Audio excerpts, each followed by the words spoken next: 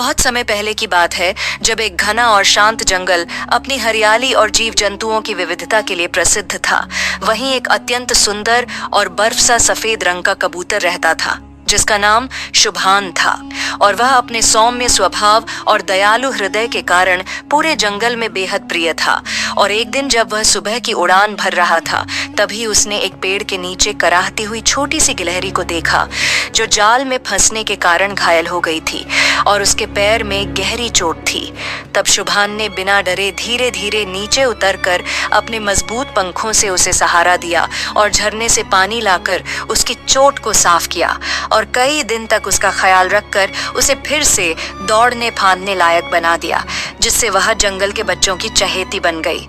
फिर कुछ दिनों बाद जब गर्मियों की तपती धूप में जंगल की सारी छोटी बड़ी जलधाराएं सूख चुकी थीं और सभी जानवर प्यास से बेहाल थे, तब शुभान ने पहाड़ियों के पार उड़ान भरकर एक साफ झील ढूंढ निकाली और वहां से प्रतिदिन अपने चोंच में तिनकों और पत्तों से बनाए पात्रों में पानी भर भर कर लाता और एक बड़े पत्थर पर रख देता, जिससे हिरण से लेकर हाथी तक सभी जानवर अपनी प्यास बुझाते और उसे जीवनदायी परिंदा कहकर पुकारने लगे।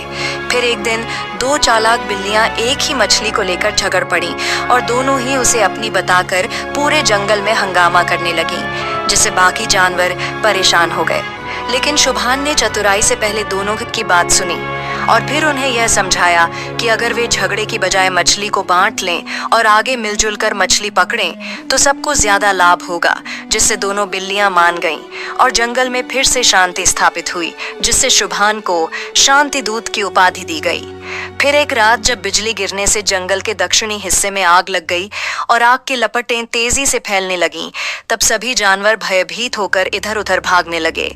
लेकिन शुभान ने हिम्मत नहीं हारी और पास के गांव में जाकर इंसानों को सूचित किया और तब तक वह झील से अपने पंखों के सहारे पानी भर भर कर आग बुझाने की कोशिश करता रहा, जब तक गांव वाले और अन्य जानवरों ने मिलकर आग पर काबू नहीं पा लिया। और फिर सब ने उसे अग्निशमन देवदूत कहा और एक सुंदर घोंसला उपहार में दिया। फिर कुछ हफ्तों बाद जब शुभान पेड़ की ऊंचाई से उड़ता हुआ जंगल के पुराने हिस्से से गुजर रहा था, तब उसे एक बूढ़ी और अकेली उल्लू दिखाई दी, जो अब उड़ नहीं सकती थी और भूखी प्यासी रह जाती थी, क्योंकि उसे कोई याद नहीं करता था। लेकिन शुभान रोज उसके लिए फल और पानी लाने लगा और उसकी कहानियां सुनने के लिए छोटे पक्षियों और बच्चों को बुलाता, जिससे उल्लू फिर से प्रसन्न रहने लगी और बच्चों की दादी बन गई। और तब शुभान को आशीर्वाद देते हुए उसने कहा कि उसका सफेद रंग केवल सुंदरता का प्रतीक नहीं, बल्कि उसकी आत्मा की उज्ज्वलता की छाया है। और इस तरह शुभान कबूतर ने अपने 5 नेक कार्यों से न केवल जंगल को बचाया, बल्कि यह सिखाया कि निस्वार्थ सेवा, साहस, करुणा, चतुराई और बुजुर्गों का सम्मान ही एक सच्चे जीवन का मार्ग है। और आज भी जब कोई बच्चा जंगल के आकाश में एक सफेद परिंदा उड़ते हुए देखता है, तो वह मुस्कुराकर कहता है, देखो, वह शुभान है, अच्छाई का सच्चा प्रतीक।